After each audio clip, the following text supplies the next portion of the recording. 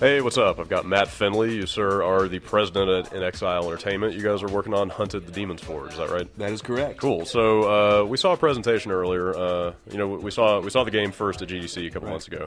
You guys have a new presentation today, and your big kahuna, Mr. Brian Fargo, uttered a couple of phrases that I thought were kind of interesting. There was Gears of Warcraft, and my personal favorite was Spears of Gore. Spears of Gore. That was actually our first working title. Of Really? The game. Okay, so this is all internal then, because he mentioned some of those came from the press after the last sure. meetings. Well, it was interesting because he said that you guys were flattered by those comparisons. Can you tell me why that is? Why does it make you feel good to hear that? Yeah, I think it was our goal to try to make a modern action game. Mm-hmm. And there's the modern action games are represented in the sci-fi genre, they're represented in World War II, and the fantasy genre, the genre that started the entire industry, just wasn't represented. Okay. So that certainly was our base, is we wanted to make that modern action game in that genre, but then try to add something else. Try to add what we call the soul of the classic gaming and the classic dungeon crawl gaming from what got us in this industry in the first place. Sure. So what are the tenets of what you call a modern action game? Like, what are the kind of three core things that you have to kind of hit those bullet points? Well, we wanted to have a visceral melee combat, and I think that of all the products that are kind of using the same Unreal Engine that we are, we've really pushed that the most. We spent a lot of time and effort trying to make that melee combat feel just really in your face, and all the blood splattering on the screen and the feedback on the controller, just making that feel really solid. And then the cover combat. I think that the cover combat games have really taken the action games quite a ways. And then the third type is the overblown spells. The shooting magic and lighting up dark corridors with lightning and lighting enemies on fire is always a good idea. So you guys have been using the phrase dungeon crawler quite a bit, and when I hear that phrase, I think loot. That's the first thing that comes to mind. But you're not doing kind of a not like a kind of the standard green, blue, purple hierarchy of millions of swords and pieces of armor, right? Is it more? My impression is that the loot is kind of more contextual in the story, kind of found in the environment through puzzles and stuff. Is that accurate? Yeah, I mean, I think we still like the classic element of finding that treasure chest and opening up and not knowing what's going to be inside of it. And a lot of the loot is the crystals that you find that unlock all of the skills and the skill trees and the spells and the spell trees that give you all of your special attacks and weapons.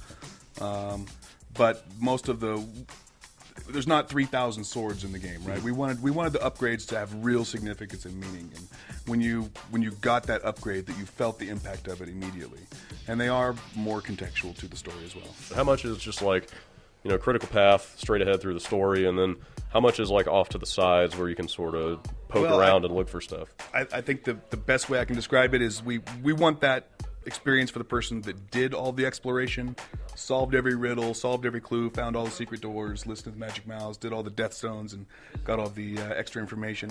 We want their gameplay experience to be 50% longer than the person that just did that straight run through. Okay, so quite a bit of extra content. Yeah, quite a bit of extra content. We really want to reward player. We want to train the modern day action gamer that doing that exploration is fun, and it's a gameplay mechanic that's always worked. And they haven't seen it for a while. Sure, we're gonna show it to them. Right. So do you lock away any maybe the best weapons are only on these side paths with the tougher puzzles in front of them, or is it? Yeah, like the puzzle we showed in the demo today. That it was a little 5-minute side quest by just listening to one death stone and knowing there was something secret in this area. Very easy to spot it. Very easy to go find it from there. It probably added 10 minutes of gameplay.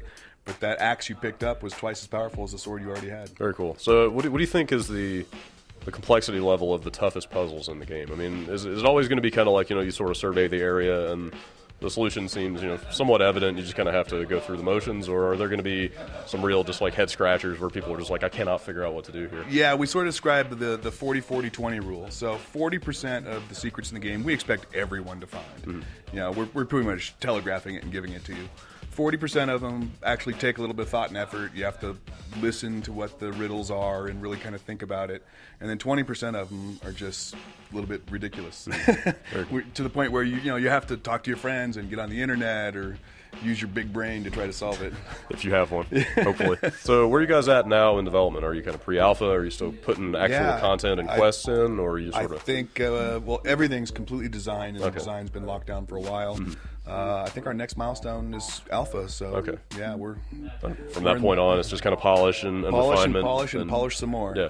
And for us in InXile, one of our tenets of the company was personality and putting personality in product and really trying to get inside players' heads. And that's kind of where we're at now. Is we're able to take a game where the combat works, the enemies work, the AI works.